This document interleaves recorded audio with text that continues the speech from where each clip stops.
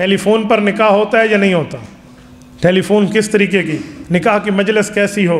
ادھر بھی گواہ ادھر بھی گواہ کا، وکالت ہونی چاہیے یا کفالت ہونی چاہیے، پوری ترتیب ہے، یہ ماہر بتائے گا۔ اور تقلید کریں گے تو آپ کا وکالت پر اس ترتیب پہ نکاح ہوگا جیسے فقہا اس شرط بتائیں گے۔ میں شرطوں کے چکر میں نہیں پڑھ رہا، آپ مجھے دیکھ رہے ہیں، ٹھیک ہے؟ تو وہ فون والا ان شرائط کے مطابق نکاح ہوگا جو وکالت والا ہے۔ آپ ماہر کی بات نہیں مانیں گے تو پھر مسئلہ گیا۔ ہمارے استاد جی اس کو ایک پیارے جملے سے کہتے ہیں، وہ کہتے ہیں سنو، تم نے اگر تقلید کر لی تو تمہیں تو ان 2 نمبروں نے سکھایا ہے تقلید کی، ایمان گیا، اور اگر فون والے نکاح پر تقلید نہیں کرو گے تو تمہاری جان گئی۔ جان سمجھتے؟ بیبی مجھے رپلائی تو کر دے، ہاں یہ وہی جان ہے۔ تو اس لیے وہ کہتے ہیں ایمان تمہارے سینے کے اندر، تمہاری حلال نکاح کے ساتھ آئی ہوئی جان تمہارے سینے کے اوپر، ٹھیک ہے؟ تو دنیا میں بھی نقصان بھی ہے، فائدہ بھی۔ قبر میں کیا ہے؟ صحیح بخاری جلد اول صفحہ 178 کتاب الجنائز، باب المیت یسمع خفق النعال۔ قبر میں کیا ہوگا؟ حضرت انس فرماتے ہیں جب قبر میں وہ شخص جائے گا جو نہ شریعت کی بات کو سنتا تھا نہ خود شریعت کا ماہر تھا، تو اس کے ساتھ کیا ہوگا؟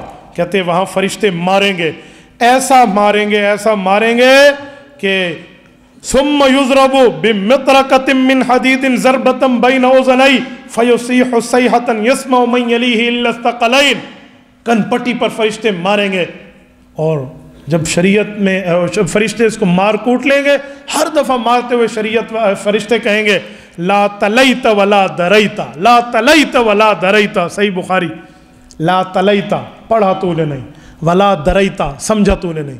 پڑھنا کیا اور سمجھا کیا؟ سمجھنا کہتے ہیں خود ماہر بننا، پڑھنا کہتے ہیں ماہر کی بات کو مان لینا۔ دوسرے لفظوں میں میں اس کا ترجمہ صحیح بخاری کی شرح سے لے کر آتا ہوں۔ محدث احمد علی سہارنپوری رحمہ اللہ فرماتے ہیں اے لا علمت بنفسک بالاستدلال ولا اتبعت العلماء بالتقلید فیما یقولون۔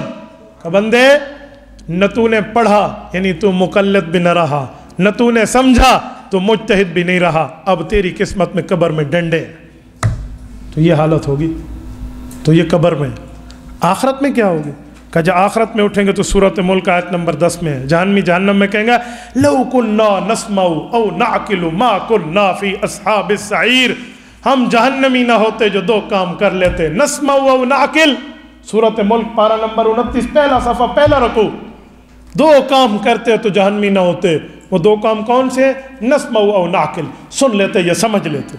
سن لیتے سے مراد کیا ہے اور سمجھ لیتے سے مراد کیا ہے، یہ بات واضح ہو جائے گی۔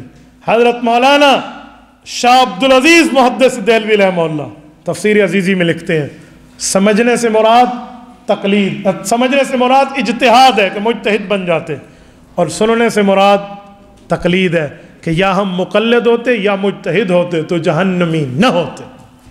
تو یہ دنیا میں بھی نقصان بنے گا ترک تقلید پر، آخرت میں بھی نقصان بنے گا، قبر میں بھی نقصان بنے گا۔